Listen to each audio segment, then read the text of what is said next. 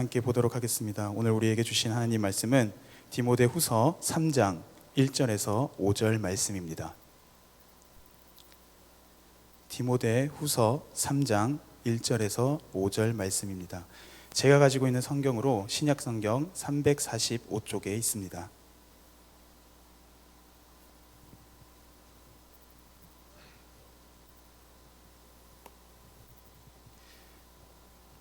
제가 읽도록 하겠습니다. 너는 이것을 알라. 말세에 고통하는 때가 이르러 사람들이 자기를 사랑하며 돈을 사랑하며 자랑하며 교만하며 비방하며 부모를 거역하며 감사하지 아니하며 거룩하지 아니하며 무정하며 원통함을 풀지 아니하며 모함하며 절제하지 못하며 사나우며 선한 것을 좋아하지 아니하며 배신하며 조급하며 자만하며 쾌락을 사랑하기를 하나님 사랑하는 것보다 더하며 경건의 모양은 있으나 경건의 능력은 부인하니 이 같은 자들에게서 내가 돌아서라. 아멘.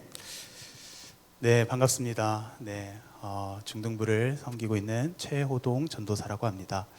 네, 오늘 모든 세대여 예수의 이름으로 일어나라라는 제목으로 함께 하나님 말씀 한번 살펴볼 텐데요. 얼마 전 이제 6월달에 이제 호국 보훈의 달을 저희가 보냈습니다. 호국 보훈의 달을 보내며 6월 25일을 또 보내면서 6월 25일 한국 전쟁에 대해서 알아보는 시간을 가졌습니다. 한국 전쟁의 자료를 조금 조사해 보면서 한 가지 놀라운 사실을 좀 느꼈던 게 있습니다. 한국 전쟁이 굉장한 우리에게 큰 한국에게 어려움을 끼쳤습니다. 전 국토의 대부분이 초토화가 됐고 한국군이 62만 명이 사망을 했고 유엔군 15만 명이 사망을 했습니다. 그리고 전 국민 중에 1,000만 명의 이재민이 발생했습니다. 그 당시 대한민국 전 국민의 인구가 2천만 명 정도인 걸 생각할 때 거의 반이 되는 그런 인구가 바로 이재민이 되었던 그런 심각한 아픔을 겪었던 게 바로 6.25 전쟁이었습니다. 근데 이런 6.25 전쟁이 왜 이렇게 심각한 타격을 입었을까? 왜 이런 어려움을 입었을까라는 것을 생각해 봤을 때 그 한 가지 핵심 포인트가 있었습니다. 그건 무엇이냐면 전쟁 직전에 바로 수많은 징후가 있었음에도 불구하고 묵살을 하면서 안일하게 넘겼던 그 당시의 상황이 있었습니다. 예를 들어서 이런 것입니다. 그 당시 6.25 전쟁 전 직전에 바로 전쟁 징후가 약 50여 건 정도가 있었다고 합니다. 6월 19일 전쟁이 터지기 약 한 4, 5일 전이죠. 6월 19일에 기순한 지뢰병, 전차병, 장교, 북한에서 기순한 이런 병사들이 곧 대규모 남침이 있을 것이다 라고 알렸다고 합니다. 그런데 그게 묵살됐다고 합니다. 그리고 6월 19일 이후에 이제 전쟁 며칠 전부터 38선 일대에 북한의 병력이 계속해서 집중되는 것들이 포착이 됐음에도 불구하고 훈련이겠거니 하면서 넘겼다고 합니다.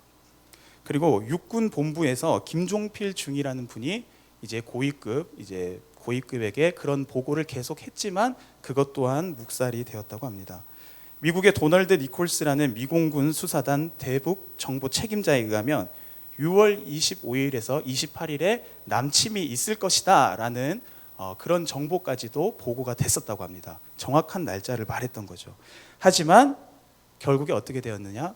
6월 23일 6.25 이틀 전에 대한민국 육군은 비상경계령을 해제합니다. 그리고 나서 대한민국 전 군의 3분의 2가 모두 휴가를 나갑니다. 제가 군생활 할 때만 하더라도 이제 보통 군대 내에 부대 내에 20% 30% 정도가 최대 휴가 인원입니다. 그런데 거의 60-70%에 해당되는 인원이 바로 이틀 전에 휴가를 내보낸 겁니다. 그리고 나서 6월 25일 바로 새벽 4시경에 이제 포성이 울리면서 6.25 전쟁이 시작된 것입니다.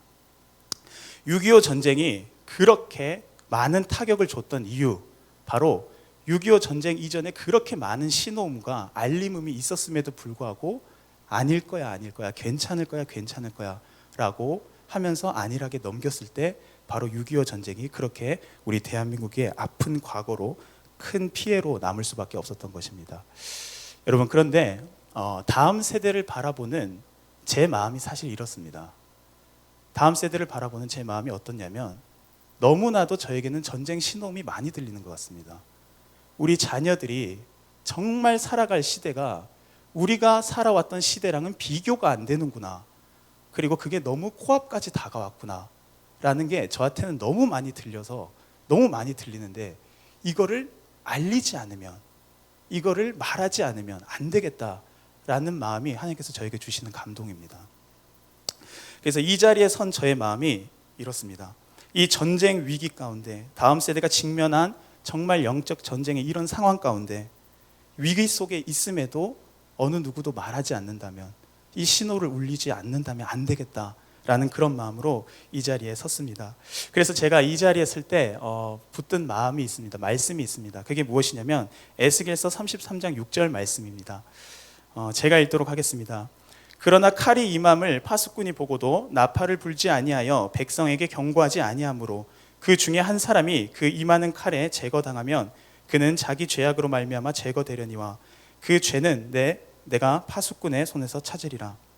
아멘. 오늘 금요 심야 기도회가 하나님께서 알리시는 파수꾼의 나팔 소리가 돼서 우리 사랑하는 이람교회 다음 모든 세대들이 예수의 이름으로 일어날 수 있는 그 시작이 되기를 간절히 소망합니다.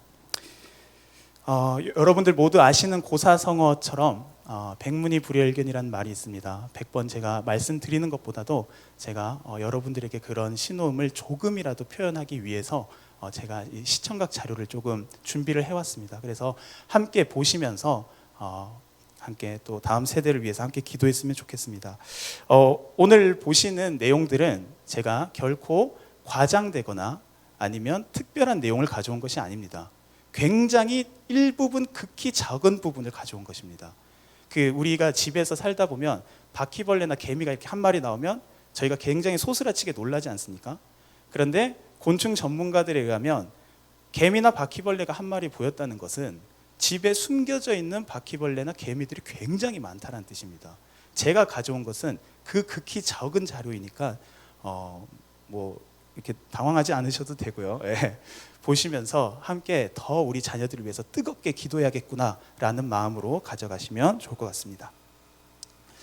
일단 영상 시청 하나 보도록 하겠습니다.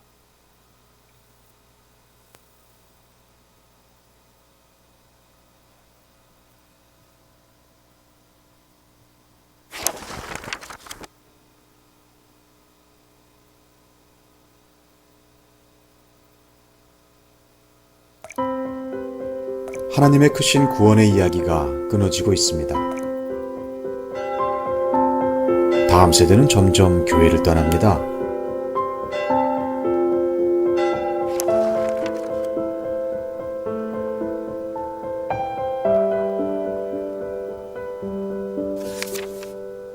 모든 사람에게는 자신만의 이야기가 있습니다. 개인의 꿈, 가치, 비전. 그러나 사실 그 이야기는 각 사람을 둘러싼 세상의 더 큰 이야기와 밀접하게 연결되어 있습니다. 세상이 들려주는 더 큰 이야기는 개인의 이야기를 강화시키기도 하고 약화시키기도 합니다. 지금 교회에서 아이들이 하나님의 이야기를 정기적으로 듣고 있다 하더라도 그 아이를 둘러싼 세상이 전혀 다른 이야기를 계속해서 들려준다면 아이 속의 하나님의 이야기는 점점 사라지게 될 것입니다. 사실 이러한 문제는 교회의 구조에서부터 시작됩니다. 원래 교회는 하나님의 이야기를 함께 나누는 하나의 가족 공동체였습니다. 그러나 시간이 지나면서 현대 교회에는 전문화된 부서가 생겨났고 다음 세대와 부모 세대는 각자의 장소에서 따로 떨어져 예배하며 서로 다른 이야기를 듣게 되었습니다. 그리고 원래 가정은 하나님의 이야기를 가르치고 전수하는 첫 번째 신앙교육 장소였습니다. 그러나 시간이 지나면서 현대 가정의 부모들은 신앙교육에 대한 책임을 잊어버리고 그럴 수 있는 기능도 상실해버렸습니다.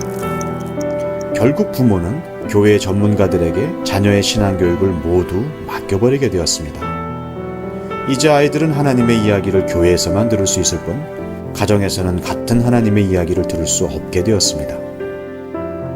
그러면 어떻게 해야 할까요? 이제 교회는 단절된 구조를 다시 커다란 하나의 통합된 구조로 바꾸어 모든 세대가 같은 하나님의 이야기를 듣고 공유할 수 있도록 해야 합니다.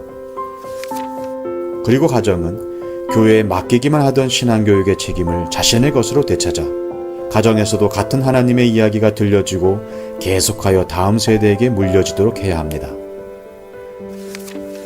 하나님이 처음 의도하신 디자인대로 가정과 교회가 함께 협력할 때 아이들 속의 이야기는 하나님의 이야기로 다시 쓰여질 것입니다. 가정과 교회가 협력하여 다음 세대의 삶 속에 하나님의 이야기를 끊임없이 이어가는 것. 이것이 바로 싱크와이즈 커리큘럼의 비전입니다. 네, 보셨다시피 어떠한 단체를 얘기하는 건 아니고요. 네, 저는 이람교회 소속입니다. 네, 방금 영상에서 보신 것처럼 교회는 신앙 학원이 아닙니다. 저희는 다 가족 공동체입니다. 그래서 신앙의 책임이 교회 혹은 선생님들에게만 있는 게 아니라 우리 가족 모두에게, 그리고 우리가 집중해서 케어해야 될 부분인 줄 믿습니다. 그래서 저희 교회에서도 큐티를 공통 본문으로 하는 이유가 이런 걸로 알고 있는, 이렇게 한 본문으로 이렇게 하나로 묶기 위한 과정인 걸로 알고 있습니다. 여하튼 우리 모두가 다음 세대를 위해서 같은 마음으로, 가족의 마음으로 함께 해야 될 줄 믿습니다.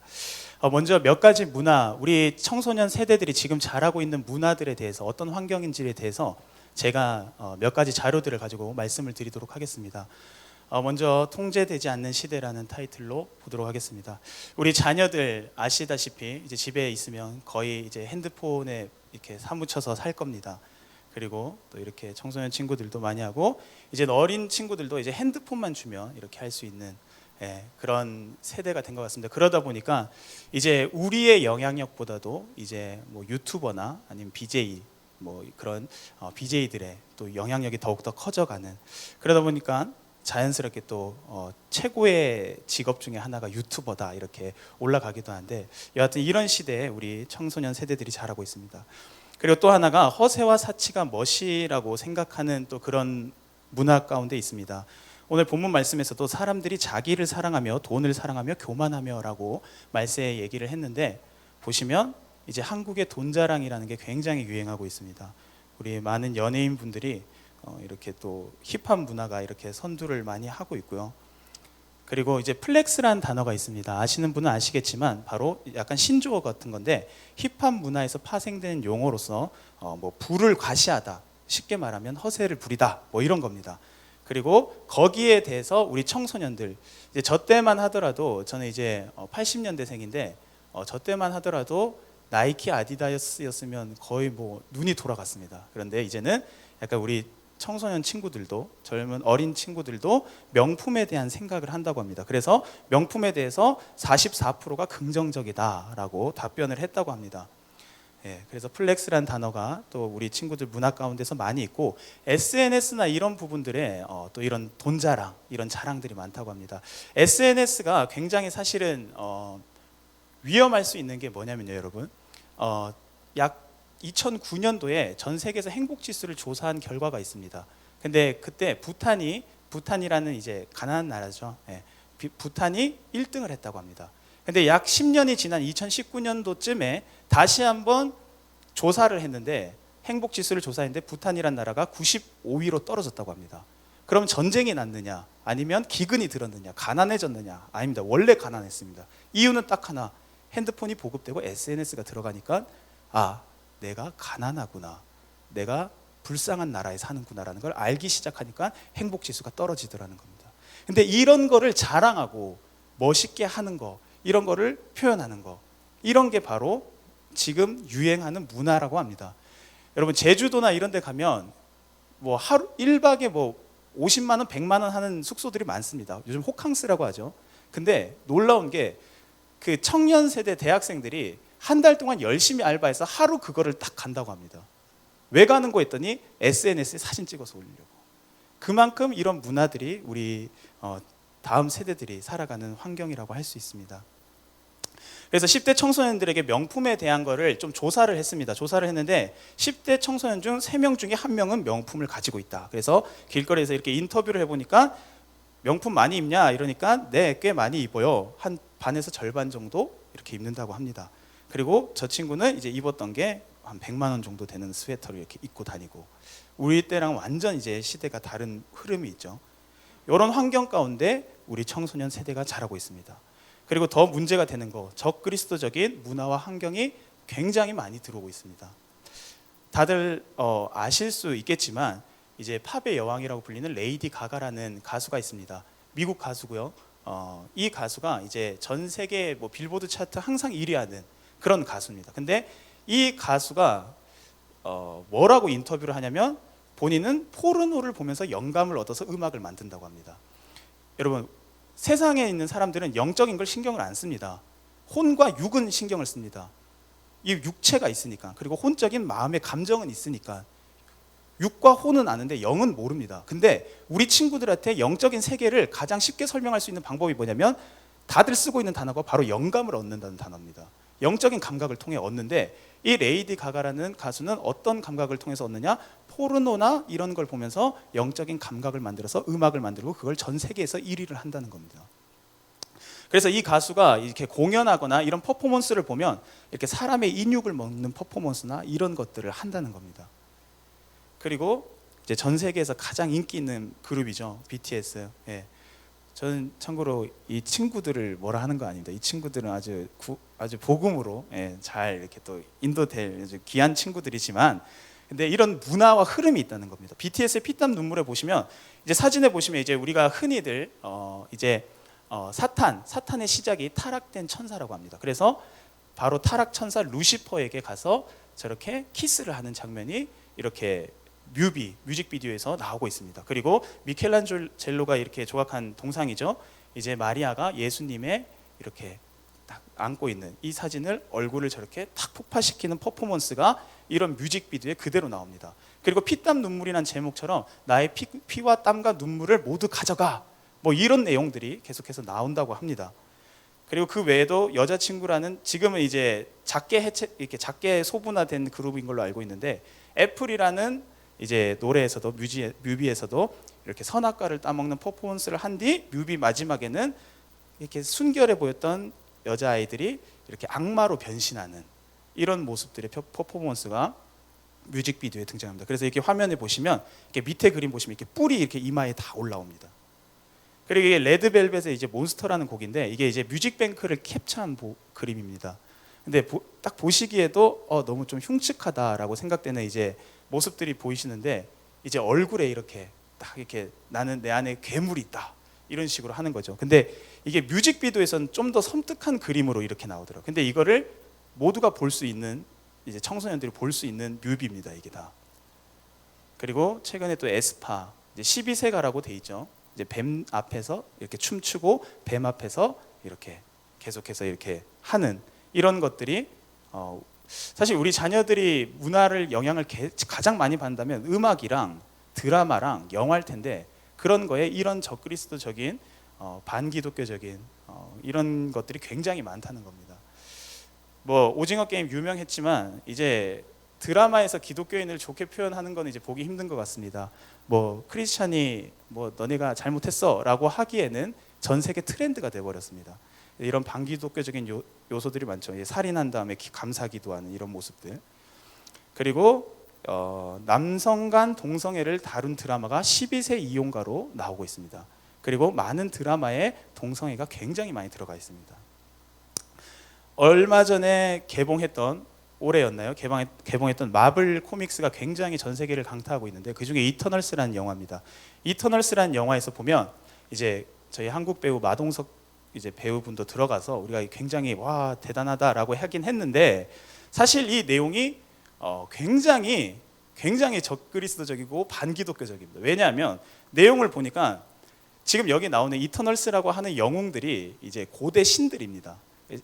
좋게 말해서 고대 신이고 나쁘게 말하면 고대 우상들입니다. 네, 여러 서사시에 나오는 이제 고대 이제 신들 우상들을 가지고 이제 이름을 다 지어놨는데, 보면 어떤 장면들이 나오냐면 이들이 바벨론 성을 지키는 자들입니다. 바벨론 성이 뭐죠? 바벨탑, 예루살렘을 멸망시킨 바벨로니아 제국, 그리고 요한계시록에서 나오는 바벨론 음녀부터 해가지고 굉장히 하나님의 성전 예루살렘과 대비되는 그런 곳이 바로 바벨론인데, 이런 이제 영웅들이 지키고, 그리고 이런 영웅들을 만든 신적인 존재가 등장하는데, 이 신적인 존재가 이 지구를 잘 번성시키는 것처럼 처음엔 등장해서 이 영웅들이 잘 따릅니다. 근데 마지막에 어떻게 하냐면 이 영웅들이 신의 계획을 알고 보니까 신은 굉장히 악했다. 사람들을 가지고 본인의 새로운 신을 만들려고 계획한 거였다라고 얘기를 하면서 뭐라고 하냐면 거기에 대해서 우리가 대적하자라고 하면서 이 각 영웅들이 각 대륙의 모든 인종을 대표하는 사람들입니다. 그래서 황인종을 대표하는 이제 마동석 씨도 이렇게 들어간 것 같은데, 여하튼 그렇게 힘을 합쳐가지고 어떻게 하느냐, 신에게 대항하자라고 하는데, 그때 야, 넌 어떻게 그거를 알게 됐냐, 깨달았냐, 신이 악하다는 걸 라고 얘기하니까 뭐라고 하냐면 진리가 우리를 자유케 했지라고 얘기를 합니다. 그러면서 신과 대적해서 싸우는데 결론이 신의 심판을 막아냅니다. 그게 이터널스 이 내용입니다. 잘못된 성문화, 이게 정말 굉장히 우리 자녀들에게 위급한 상황인 것 같습니다. 이분이 뭐 하는 것 같다라고 생각하십니까? 이분이 지금 결혼하고 계시는 겁니다. 보시면 이제 VR로 이렇게 애니메이션 캐릭터와 이렇게 결혼하는, 지금 해외 상황을 먼저 보여드리겠습니다. 해외에서는 뭐 충분히 있을 일입니다. 이 개와 결혼하는 겁니다. 개와 결혼하는 거. 근데 여러분 지금 이런 사진 보시면 설마 걔랑 어떻게 결혼해? 라고 생각이 드시죠, 그죠? 근데 여러분 잘 생각해 보십시오. 10년, 20년 전만 하더라도 누가 동성애자래 라고 얘기하면 어떻게 됐느냐? 그러면 설마 누가 그래? 라고 얘기했습니다. 근데 10년, 20년 만에 어떻게 됐느냐? 오늘인가요? 내일인가요? 서울에서 퀴어 축제합니다. 이런 시대가 와 있다는 겁니다. 절대로 이게 정말 저런 데가 있어?가 아닙니다. 이미 성경에서도 이미 짐승과 음행한 자들에 대해서 다 나오고 있습니다. 이미 수천 년 전부터. 돌고래와 결혼한 여성, 염소와 결혼한 할아버지, 코브라와 결혼한 여성, 개와 결혼한 여성, 악어와 결혼한 여성, 고양이와 결혼한 여성, 사물과 결혼한 사랑에 빠진 해외에 있는 사람들 소식들입니다. 한국에도 이제 이런 분들이 계시더라고요. 이제 쿠션과 사랑에 빠지고 그 AI와 사랑에 빠지는, 여러분 이게 그런 게 어디 있어가 아닙니다, 여러분. 그 디즈니, 해외 이제 디즈니 모두 다 아시죠? 1977년도에 나오는 생쥐 구조대라는 애니메이션입니다. 근데 여기서 보면 이제 뭐 이렇게 생쥐들이 이렇게 생쥐들의 이야기입니다. 근데 생쥐가 이렇게 차를 타고 떨어지는 그림이 있습니다. 근데 떨어지는 그림 중에 빠르게 지나가서 잘 모르는데 슬로우 화면으로 보니까 어떤 화면이 들어가 있냐면 저기 뒤에 배경의 창문에 사진 하나가 들어가 있습니다. 사진 하나가 들어가 있어서 나중에 저거를 정지시켜서 보니까 저게 뭐냐? 여성이 옷을 벗고 있는 사진입니다. 애니메이션에 이런 걸 넣는다는 겁니다. 이걸 뭐 실수로 넣느냐? 아닙니다. 일부러 넣습니다. 일부러. 그러니까 반기독교, 여러분 저희가 흔히 그런 말 하잖아요. 영적 전쟁을 한다. 여러분 우리가 예수 그리스도를 믿으면 예수 그리스도를 막고자 하는 공중 권세 잡은 반대 세력이 분명히 존재합니다. 그리고 그들은 타락시키길 원합니다. 성적 타락부터 해서. 그래서 이런 것들을 이제 제보를 하니까 이거를 비디오를 다 수집해서 그래서 바꿨다고 해요. 하지만 많은 데도 있습니다. 라이온킹 포스터에도 이제 이런 화면이 이제 크게 문제가 없어 보이지만 사실 확대해서 잘 보면 이렇게 여자의 뒷모습, 그리고 미키마우스, 미니마우스 이런 것도 보면 이렇게 이런 이미지들을 일부러 이렇게 넣습니다. 그래서 이 디즈니가 옛날부터 이렇게 했는데 결국에 보니 디즈니의 가장 큰 축제 중에 하나가 뭐냐면 이제는 퀴어 퍼레이드입니다. 퀴어 퍼레이드.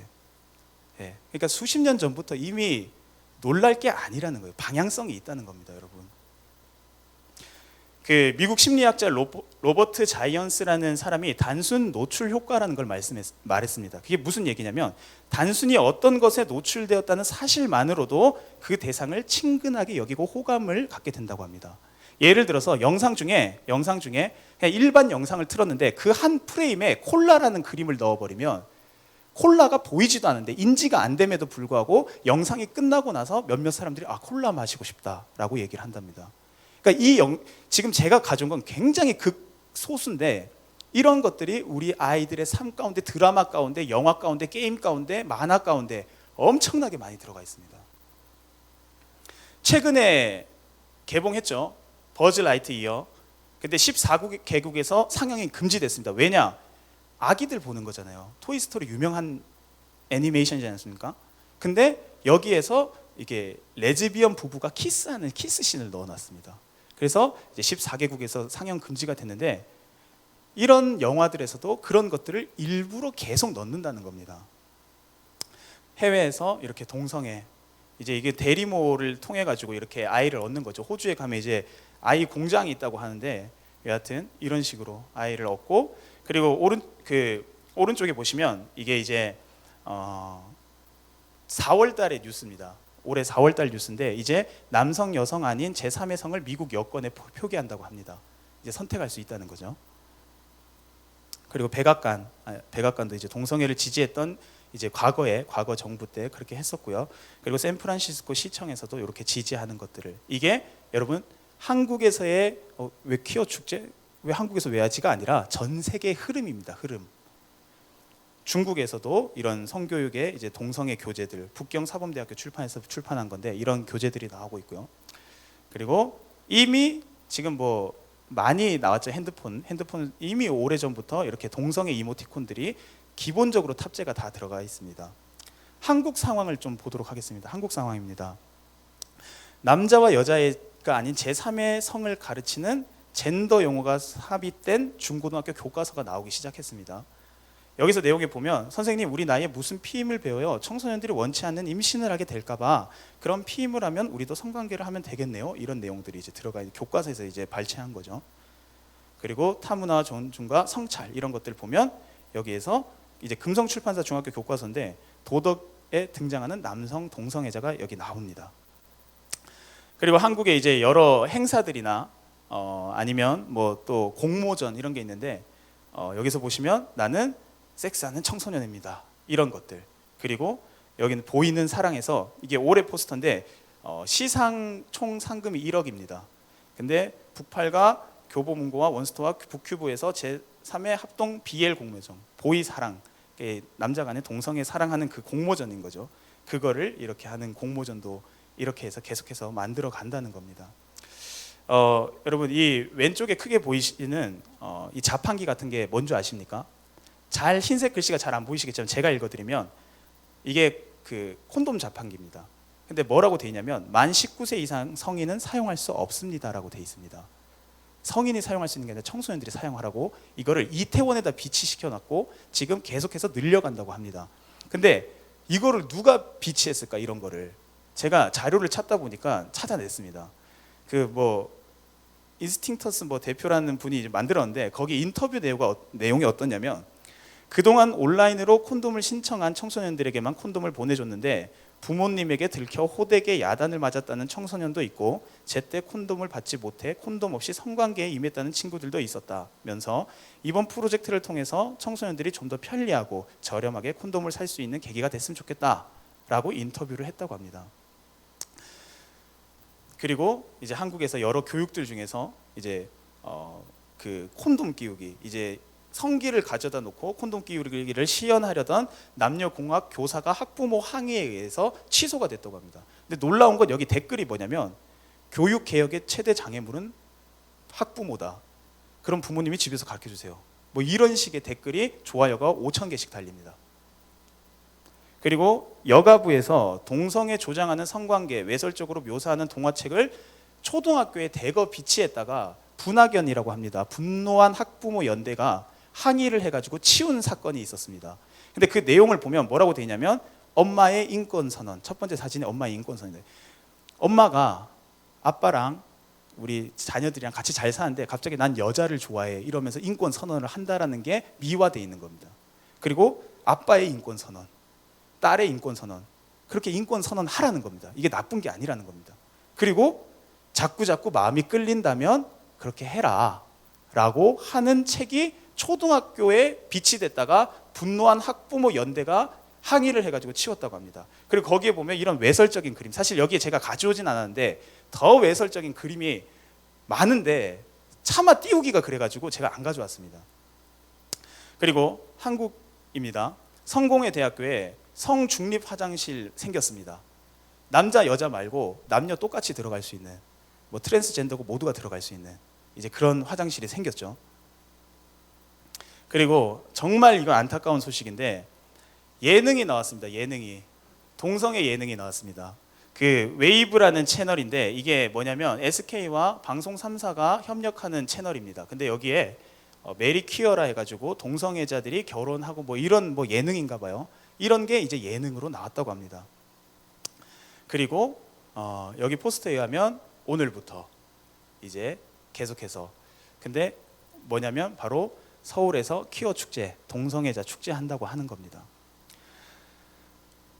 이런 것들에 대해서 합법화하려는 게 차별금지법이죠. 다들 아시다시피. 그래서 차별금지법이 합법화가 되면 동성애 성교육 의무교육 실시하고요. 종교 자유 침해될 거고요. 설교 법적 제재가 들어올 수도 있습니다. 이런 시대에 우리가 살아가고 있다는 것입니다. 여러분, 우리 자녀들이 살아갈 시대가 이런 시대입니다. 근데 여러분, 이때 우리가 우리 자녀들에게 뭘 알려주고 뭘 물려줄 수 있을까요, 여러분? 제가 굉장히 왼쪽 사진 제가 굉장히 좋아하는 사진입니다. 우리 이렇게 이쪽에 우리 잠옷실에 이렇게 딱 붙어 있더라고요. 뭐죠? 70년대, 70, 80년대 우리 부모님들께서 우리를 하나도 해줄 거 없는데 돈도 없고 먹을 것도 없는데 물려줄 건 신앙의 유산밖에 없어서 애들 없고 이렇게 기도하던 모습이죠. 오른쪽엔 뭐냐면 이제 그 서울에 상경한 사람은 방문해야 될 세 곳을 뽑더라고요. 그 중에 하나가 뭐냐면 대치동 그 대한민국 사교육 1번지 대치동 학원가라고 합니다.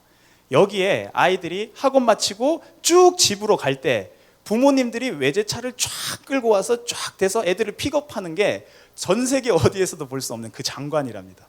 그래가지고 꼭 가서 한번 봐야 된다. 너무 장관이다라고 해서 우스갯소리로 하는데 여러분들은 이 둘 중에 어떤 거를 물려주시길 원하십니까? 저는 이제 조금 신앙생활을 조금 유별나게 했던 것 같습니다. 그러다 보니까 이제 학부모님들께도 편지도 막 쓰고 막 찾아가고 막 이랬던 시절이 꽤 있습니다. 근데 귀하신 학부모님들 너무 많으십니다. 그런데 그럼에도 불구하고 가끔 너무 슬픈 이유가 뭐냐면 대부분의 경우 오른쪽 걸 못 해줘서 슬퍼하시는 경우는 봤습니다. 근데 왼쪽 거를 못 해줘가지고 슬퍼하는 학부모님들 거의 못 봤습니다. 다들 좀 더 좋은 곳에서 배우고 좀 더 좋은 거 입히고 좀 더 성공하고 좀 더 잘 먹고 잘 사는 방법을 가르쳐 주지 못한 거는 아쉬워하시는데 얘한테 진짜 믿음의 유산 못 밀려줬다. 얘한테 진짜 예수 그리스도만을 위해서 사는 방법을 내가 안 알려줬다 라고 후회하는 분 못 봤습니다. 심지어 가끔 이제 저를 이렇게 따라다니게 되면 너무 전사님 많이 따라다니는데 괜히 신학한다고 하는 거 아니야 하면서 이렇게 긴장하시는 경우도 가끔 저희 교회 아닙니다. 여하튼 그렇습니다. 여러분, 이런 시대 가운데 우리가 뭘 물려주겠습니까? 여러분, 이 사진 다들 아시죠? 다니엘과 세 친구입니다. 풀무불의 사드락 메삭 아벳느고 그리고 사자굴의 다니엘입니다. 여러분, 전 세대가 다 좋아합니다. 전 세대가 다니엘과 세 친구는 다 좋아합니다. 왜냐? 믿음도 좋아. 사회적으로 성공해도 이렇게 성공할 수가 없습니다. 칭찬받고 성공한 거의 최고의 그림. 그런데 여러분, 과연 우리가 생각하는 믿음으로 다니엘과 세 친구가 그렇게 됐을까요? 아닙니다, 여러분. 다니엘과 세 친구가 이런 고백을 합니다. 풀무불에 던져지기 전 세 친구가 뭐라고 하냐면, 왕이여, 우리가 섬기는 하나님이 계시다면 우리를 맹렬히 타는 풀무불 가운데서도 능히 건져내시겠고 왕의 손에서도 건져내시리이다. 아멘 라고 고백합니다. 뭐냐면 쉽게 말하면 이겁니다. 주님, 왕이시여, 내가 예수님 믿다가 시험 성적이 조금 떨어지고 내가 예수님 믿다가 대기업 조금 못 가고 내가 좀 가난하게 살고 이렇게 된다 하더라도 하나님은 내가 열심히 예수님 믿는 걸 보고 거기서도 오히려 더 높게 승진시켜 주실 것입니다 라는 고백입니다. 근데 여러분, 이분들의 신앙은 사실 여기서 끝나는 게 아닙니다. 이 다음 구절입니다. 그렇게 하지 아니하실지라도 왕이여, 우리가 왕의 신들을 섬기지도 아니하고 왕이 세우신 금신상에 절하지도 아니할 줄 아옵소서. 아멘. 뭐냐면 나 예수님 믿다가 좀 가난해져도, 예수님 믿다가 내가 좀 핍박받아도, 내가 예수님 믿다가 좀 왕따 당해도 나는 그래도 예수님 믿을 겁니다 라는 고백이 있다는 겁니다. 여러분, 다니엘 사자굴에 던져졌을 때 왜 던져진지 아시죠 여러분? 왕의 인장이 박힌 조서에 뭐라고 조서가 내려왔냐면, 다니엘을 싫어하는 고위 관직자들이 음해를 해가지고 왕 외에 다른 이들에게 기도를 못하게 막았습니다. 그래서 30일 동안 금지했어요. 30일 동안 다니엘 너 기도하면 안 돼 라고 조서를 내렸습니다. 근데 뭐라고 하냐면, 다니엘이 그 조서에 왕의 인장이 찍혀서 박힌 걸 알고도 바로 예루살렘 성전을 향해 똑같이 창문을 열어놓고 하루 3번 하나님께 기도했다고 합니다. 감사 기도를 했다고 합니다. 여러분, 이게 약간 우리 코로나 시대랑도 좀 대비되는 것 같습니다. 여러분, 다니엘이 여러분, 우리 에스더서 이야기 아시지 않습니까? 에스더서 내용이 뭡니까? 에스더라는 사람 한 명이 어떻게 하냐에 따라서 유다 민족이 말살될 수도 있는 겁니다. 고대 시대 때는 노예로 속국으로 돼 있는 나라의 목숨은 아무것도 아닙니다. 그 대표하는 고위 관직 한 명이 어떻게 하느냐에 따라서 그 나라 민족이 모두 말살될 수 있는 겁니다. 다니엘이 만약에 왕의 조서를 어기고 그렇게 했다, 그러면 다니엘이 그렇게 해서 사형을 당했다, 그러면 다니엘에 해당되는 모든 유다 민족은 다 죽을 수 있는 겁니다. 굉장히 무모한 짓을 다니엘이 하는 겁니다. 근데 여기서 뭐라고 했죠? 30일 참아달래요. 30일 동안 그 하루 3번 기도하는 거 하지 말라 했대요. 그러면 다니엘 입장에서 아이고 우리 유다 민족 그래 나중에 메시아를 이렇게 딱 해야 되는데 잘 보존해야지라고 생각하면서 30일 참을 수 있지 않습니까? 근데 안 참습니다. 그대로 왕의 인장에 박힌 조서를 보고 그대로 가서 기도합니다. 우리가 이런 신앙을 물려줘야 되는데,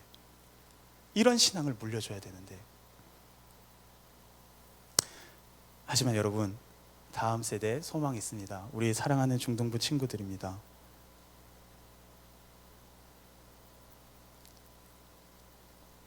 이렇게 같이 나와서 기도하고 새벽 기도도 하고 이렇게 우리 사랑하는 친구들입니다. 여러분, 그래서 이번 수련회를 준비하게 됐습니다. 한국교회 다음 세대 예수의 이름으로 일어나라라는 주제를 가지고 이렇게 준비하게 됐는데, 솔직히 인간적인 마음에 좀 짧게 해서 좀 편한 수련회를 하고 싶습니다. 그런데 2년 반 동안 제가 이람교회에 있으면서 진짜 수련회를 하려고 애를 써도 상황이 여의치가 않으니까 당일 혹은 이틀 집에 왔다 갔다 하면서 그렇게 수련회 했습니다. 근데 여러분, 성령 충만 받을 때 어떻게 받습니까? 우리 사도행전 2장의 내용 봐도 예루살렘에 머물지 않습니까?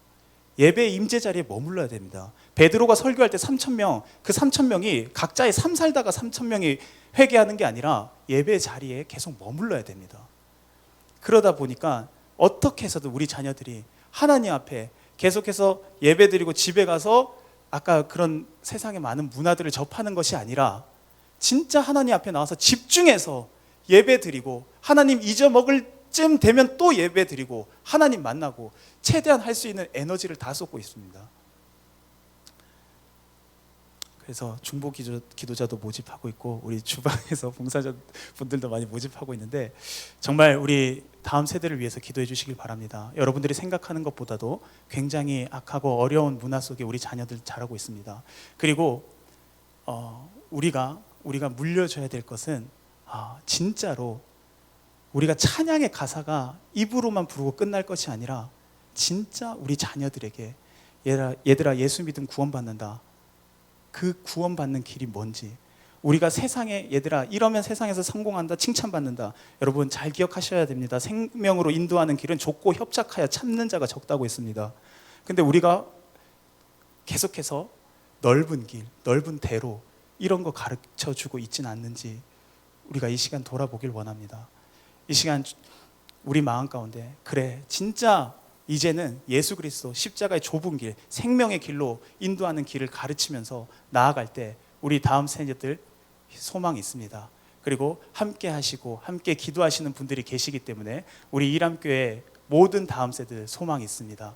그래서 이 시간 우리 그런 마음 가지고 함께 정말 이번 여름 사역 우리 모든 부서들 정말 중풍병 걸려 쥐붕을 뜯는 그런 그 친구들의 마음, 구경하는 것이 아니라 나도 올라가서 같이 지붕 뜯는 우리 그런 마음으로 이번 7월과 8월을 보내면서 정말 우리 다음 세대들, 이람교회 다음 세대들 정말 세상에서 가장 용맹한 자녀들로 성장하기를 소망합니다. 이 시간 우리 함께 찬양하고 기도하는 시간 가지도록 하겠습니다.